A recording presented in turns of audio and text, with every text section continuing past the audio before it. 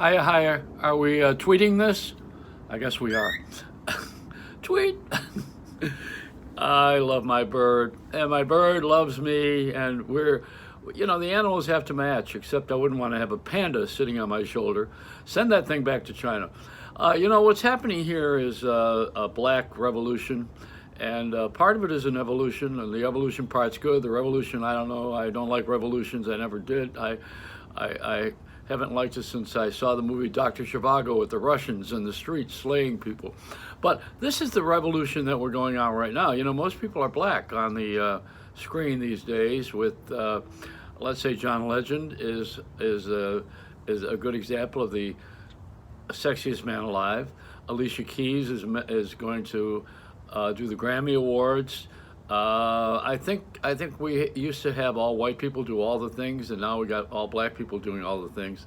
Can we kind of get it together where we have a little bit of each? I mean, is that possible, where we don't have Gayle King pushing for black people every morning as a way of life? I understand that there has to be a little bit of a change, and everybody's got to go in a different direction from what we were like when we had segregation. I certainly don't want that. Quite the opposite. I believe that we should really be colorblind, and the only way that I ever explain to my kids is to go see the movie Star Wars, which I happen to be involved in. That particular film has a cantina bar scene, and there are people who have all kinds of strange looks. They have horns sticking out of their ears and talking through their chests, and horse heads they're all in a bar having a beer or a tonic, and it's or different. They're probably having different beverages.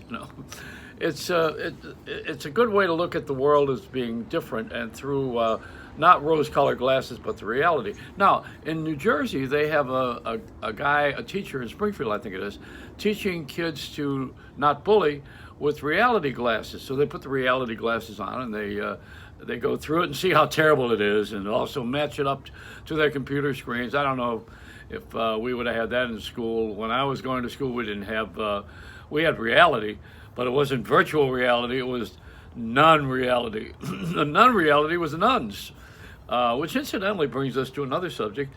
Why do we have such expenses in medical? Because the nuns used to work free in all of the hospitals, and the hospitals were religious organizations, so they could have a tax write-off, and they probably did not have to pay the taxes they do now, and they have to earn more money. And about 4 or 5 of the hospitals in New York are all owned by Mount Sinai, for instance. And it's different. Everything's changed. Everything has changed. But back to the color blind issue. Nobody's colorblind. Really, we're not. We are very conscious of black presence, and also of issues like the president. He's on television every minute of the day. Why do we have that? That's where you ought to put the reality glasses on. The guy came from The Apprentice, where he fired people and he hasn't stopped. But we haven't looked at anything like it's supposed to be in moderation. That's what I'm getting at. People texting all the time, not having good phone manners. We don't have the manners of driving. We don't have the patience anymore.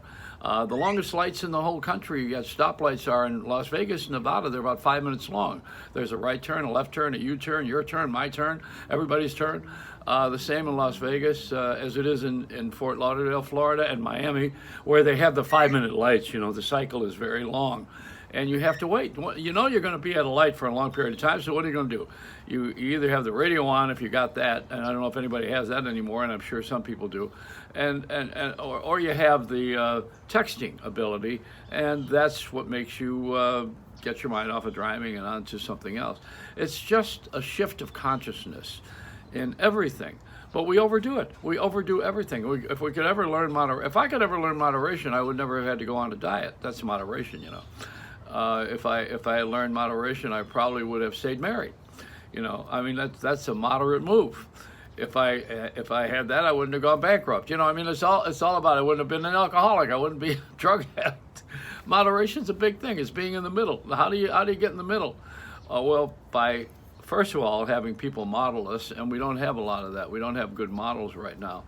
the top of the chain is splitting us. You know, we're Republican or Democrats. This whole thing on the on television right now is about Republicans and Democrats. You would think it's about right or wrong, good or bad, or who did what that wasn't supposed to be done. But it isn't really about that. It's about Republicans and Democrats. We've made it that way. And we're entertained by it. We were entertained by O.J. Simpson for about a year almost with a triple homicide. He entertained us. We watched that trial every day. We're entertained by the damnedest things and the wrong things too, because they're not good models. Moderation models Eminem. That's what we need in this country. Yeah, I'm for Eminem's. So before you have a happy Thanksgiving, press the button and turn this off. This is a Reynolds Rap. You can go to the YouTube and find me with Reynolds Raps, or you can go on Facebook, sign up, it's free. The Facebook thing is the late Joey Reynolds. And some people think that I died. And then there are others that they're not going to have their wish so fast. It's a Reynolds Rap.